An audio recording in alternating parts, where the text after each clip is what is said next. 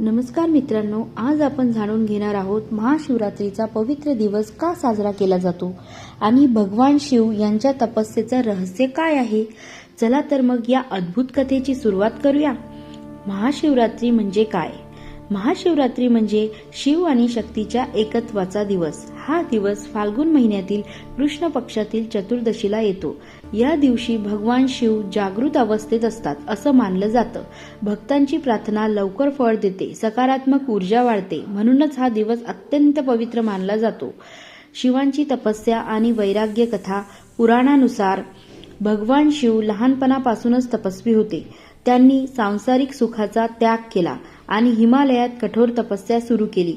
ते ध्यानात मग्न असायचे, मौन पाळायचे, अहंकार, राग, लोभ यापासून दूर राहायचे.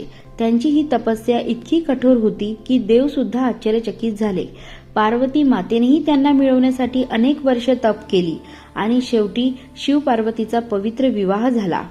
यातून आपल्याला शिकायला मिळतं, खरी भक्ती कधीही वाया जात नाही.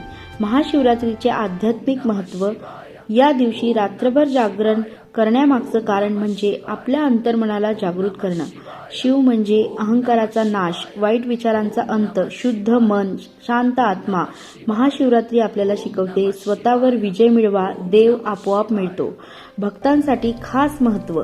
या दिवशी भक्त उपवास करतात, शिवलिंगावर जल अर्पण करतात, ओम नमः शिवाय जप करतात. असं मानलं जातं की या दिवशी मनापासून मागितलेली इच्छा नक्की पूर्ण होते.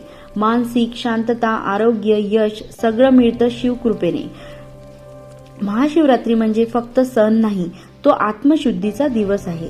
चला आपणही वाईट सवयी सोडूया, चांगले विचार स्वीकारूया आणि शिवाच्या मार्गावर चालूया. शिवाय. ओम नमः शिवाय. ओम नमः शिवाय.